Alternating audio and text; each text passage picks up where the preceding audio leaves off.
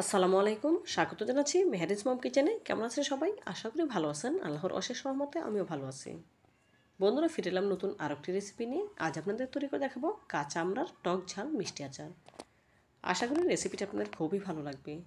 তো বন্ধুরা, স্কিপ না করে পুরো ভিডিও জুড়ে সাথে থাকার অনুরোধ রইল। চলুন মূল প্রিপারেশনে চলে যাই। আমড়ার আচার তৈরি করার জন্য এখানে 1 কেজি পরিমাণে কাঁচা আমড়া নিয়েছি। এখন আমড়াগুলো ধুয়ে খোসা ছাড়িয়ে নেব। দেখুন, একটি নাইফের সাহায্যে খোসা ছাড়িয়ে নিয়েছি।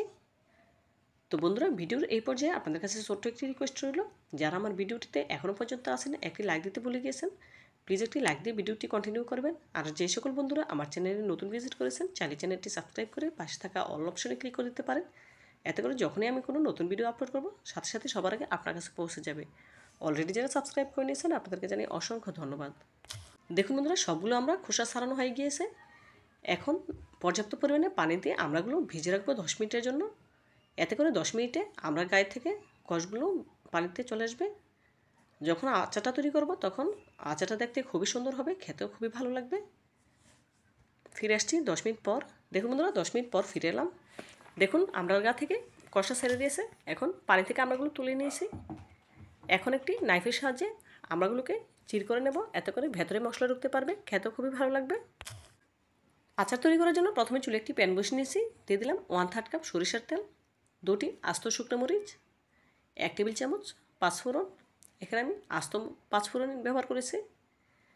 একটি তেজপাতা ছিঁড়ে 2 টুকরো করে নিয়েছি। এখন তেলের নেড়েচেড়ে কিছুটা ভেজে নেব, এতে করে খুব সুন্দর একটি ফ্লেভার আসবে। যখন ভাজা হয়ে গেল, এই পর্যায়ে অ্যাড করে দেব আগে থেকে কেটে ধুয়ে রাখা আমড়াগুলো।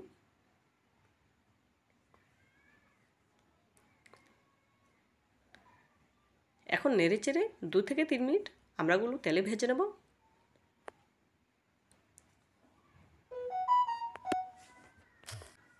অ্যাড করে দেব পরিমাণ মতো লবণ। আবারও নেড়েচেড়ে নেব। এই পর্যায়ে এর সাথে অ্যাড করে দেব 1/2 চা চামচ পরিমাণ হলুদের গুঁড়া কালারের জন্য।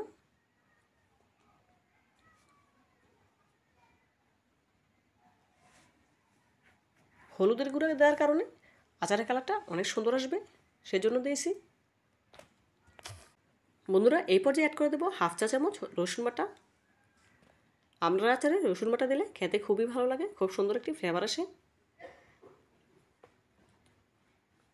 আমড়ার সাথে নেড়েচেড়ে ভেজে নিচ্ছি।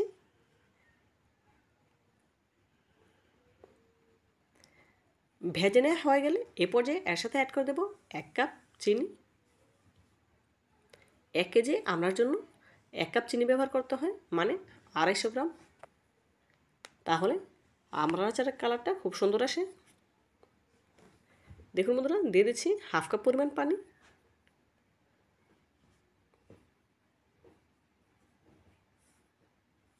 এখন ভালোভাবে নেড়েচেড়ে ঢাকনা দিয়ে ঢেকে আমড়াগুলোকে পুরোপুরি সেদ্ধ করে নেব। তার জন্য একটি ঢাকনা দিয়ে ঢেকে দিচ্ছি। বন্ধুরা, চুলার আঁচ মিডিয়াম হিটে রেখেছি। দেখুন, ঢাকনা তুলে মাঝে একবার নেড়ে দিচ্ছি। আচারের কালারটাও কিছুটা চেঞ্জ হয়ে এসেছে, দেখে নিশ্চয়ই বোঝা যাচ্ছে। আবারও ঢাকনা দিয়ে ঢেকে জাল করে নেব। দেখুন বন্ধুরা, এই পর্যায়ে আচারের কালার পুরোপুরি চেঞ্জ হয়ে এসেছে, খুব সুন্দর একটি কালার এসেছে। এখন একটু নেড়েচেড়ে গ্যাসের ফ্লেমটি অফ করে দেব।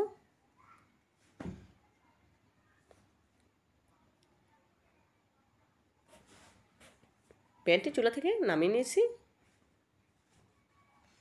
দেখুন, আচারটি ঠান্ডা হয়ে এসেছে। এই পর্যায়ে একটি সার্ভিং বলে সার্ভ করে আপনাদের দেখাচ্ছি।